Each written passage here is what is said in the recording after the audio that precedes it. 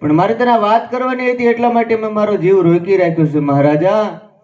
એક દિવસના સમયે મેં નજરે જોયું કે 4 ભાઈ હતા, જૂના કાળમાં ખાવાના પડી ગયેલા હાંધા, મમના પડી ગયેલા વાંધા,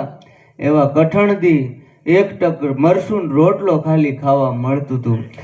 એ કાળી મજૂરી કરતા કરતા બપોરકનું ટાણું ખરેખર 3-4 ભાઈ જે હતા એ ટાઢા સાયે મરસું રોટલો પોતપોતાનું ખાવા બેઠા ને ત્યાં એમ કહેવાય છે કે એક ભિખારી નીકળ્યો, સૌથી મોટો હતો, એની પાસે જઈને કીધું કે ભાઈ થોડુંક ખાવાનું હોય તો દ્યો, આ પેટમાં લાય લાગી છે, થોડોક ટુકડામાંથી ટુકડો દ્યો તો આ કાયાનો ઉદ્ધાર થાય, કાયામાં થોડીક સુધા શાંત થાય, એટલું કીધું તો સૌથી મોટો હતો એને કીધું તને દઉં તો હું શું ટાંગો ખાવ, એટલું કીધું। એ એમ કહે છે ભિખારી ત્યાંથી નીકળી ગયો, બીજા પાસે જઈને કીધું કે અરે ભાઈ આ 3 દિના તડાકા થઈ ગયા છે, આ પેટમાં સુધા શાંત થતી નથી બાપા, ટુકડામાંથી ટુકડો કંઈક દ્યો, એટલું કીધું તા બીજા નંબરનો જે ભાઈ હતો એને કીધું કે તને દઉં તો હું શું દેતવા ખાવ, ભિખારી ત્યાંથી નહીં નીકળી ગયો। એમ કહે છે ત્રીજા નંબરનો જે ભાઈ હતો એની પાસે જઈને કીધું કે ખરેખર આ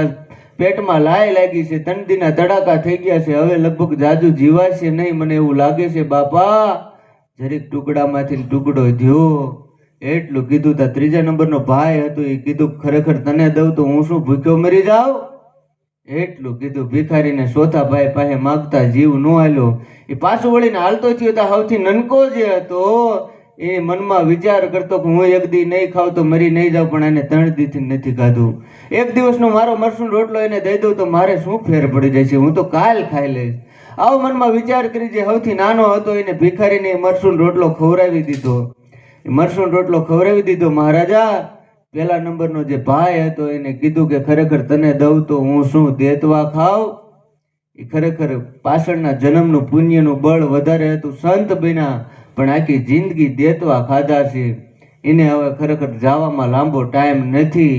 બીજા નંબરનો જે ભાઈ હતો એને કીધું તને દઉં તો હું શું ટાંગો ખાવ,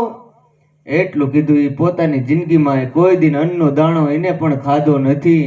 એને પણ પોતાના પગનું માંસ કાઢી કાઢીને આખું જીવન ખાધું છે। ત્રીજા નંબરનો જે ભાઈ હતો મહારાજા એને કીધું તું તને દઉં તો હું શું ભૂખ્યો મરી જાઉં, એ હું સૌ મહારાજા ખરેખર આખી જિંદગી અન્ન શું છે જોયું નથી, મેં ખરેખર મારા જીવને ને જમને એટલા માટે વાત ચાલુ છે। અરે મહારાજા ચોથા નંબરનો જે ભાઈ હતો એને જેનું મરસું રોટલો પોતાનું ખવડાવી દીધું હતું ને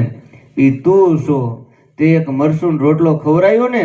એટલે તે ઉજ્જૈન નગરીનો રાજા